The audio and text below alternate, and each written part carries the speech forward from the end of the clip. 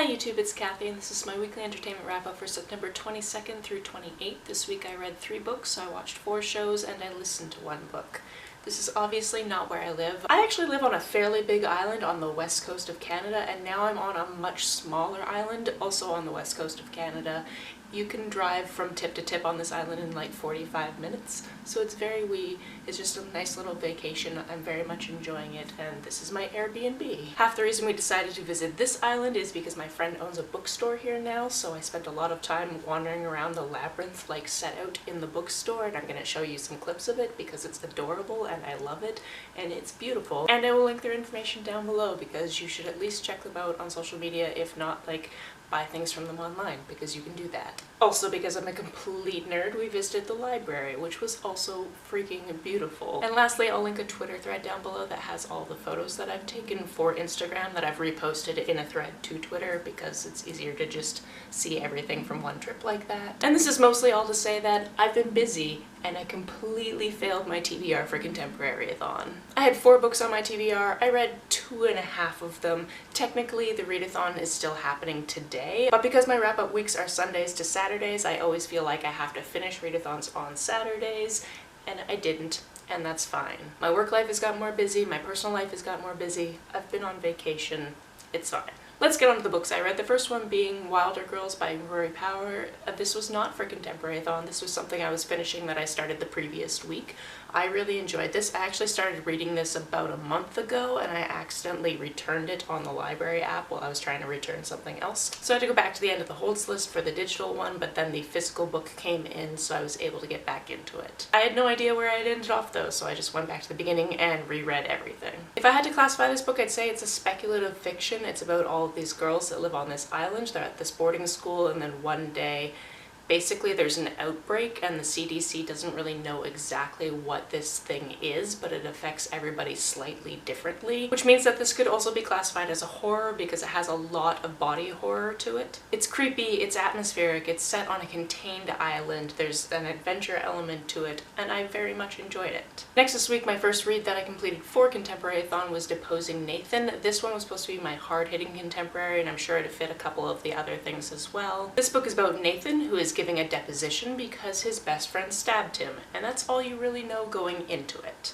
Obviously I found this premise very intriguing, and we went back and forth between the present when he's giving the deposition and him telling the stories of how he got to the point where he was stabbed. Something that almost immediately threw me off in this book was on the second page there was a homophobic slur.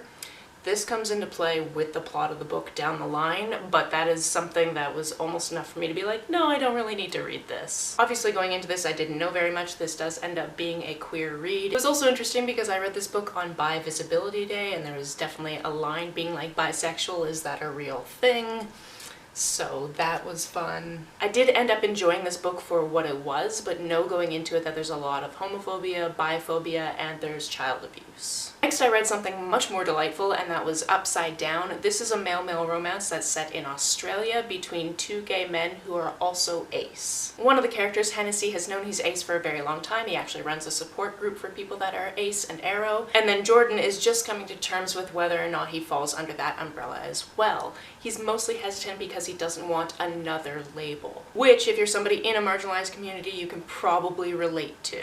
I really love these boys a heck of a lot. Jordan is a librarian and he swears like a motherfucker. In fact, that is his favorite word, and it comes up so much in the text, and he just has diarrhea of the mouth when he gets nervous, which is a lot of this book. And then Hennessy is a computer programmer who is just incredibly smart and patient and lovely, and it was just great to see them together. There was also this really lovely side plot to do with their best friends outside of the relationship, and it was just adorable. If you want something really cute, really queer, with ace rep, this is the best book to read. On to what I watched this week. My roommate and I finally watched a couple more episodes of Glow. We're still in the 3rd season, we're not quite done this season, and we actually watched an episode that had 0 men in it, which was very interesting. Because if you think of a TV show like Glow, most of the cast is women, but then there are these very key male roles, and it's interesting when you finally get an episode that has nothing to do with those male characters. Sure, some people did discuss those male characters in this episode, but the majority of the episode was not about that. A lot of the rest of the episode had to do with bonding and people dealing with the trauma that other people don't know they're going through, and it was a very good episode.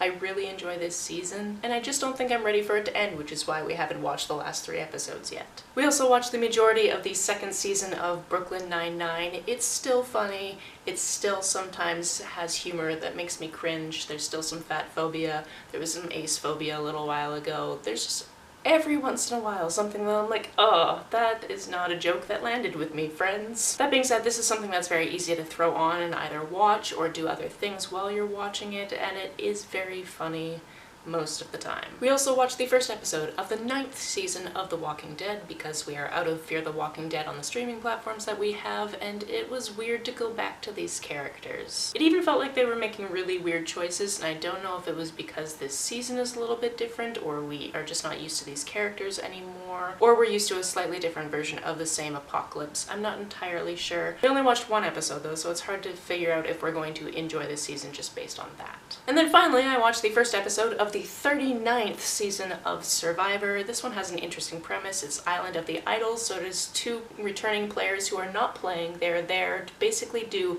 mini Survivor boot camps for 1 castaway at a time, and the castaways don't understand that this is happening yet. Only 1 person has done it, and they're not saying anything.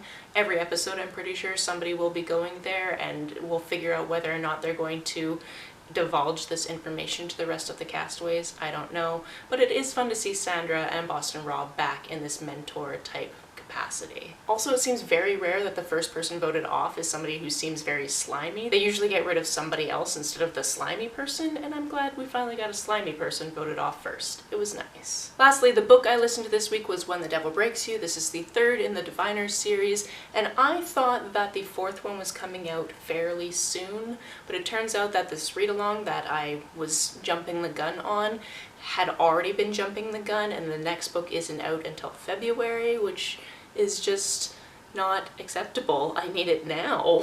Obviously, being the 3rd in the series, there's not a lot about the plot that I can talk about right now, but what I can tell you is I still continue to enjoy this series. It's still creepy and atmospheric. There's still these dynamics between characters that I'm really enjoying.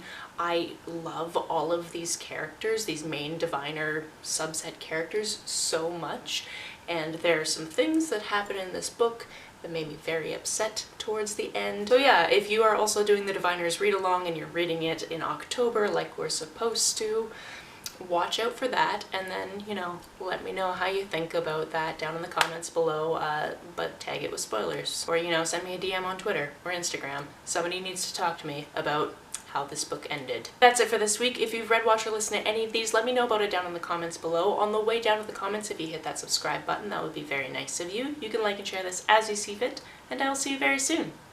Bye!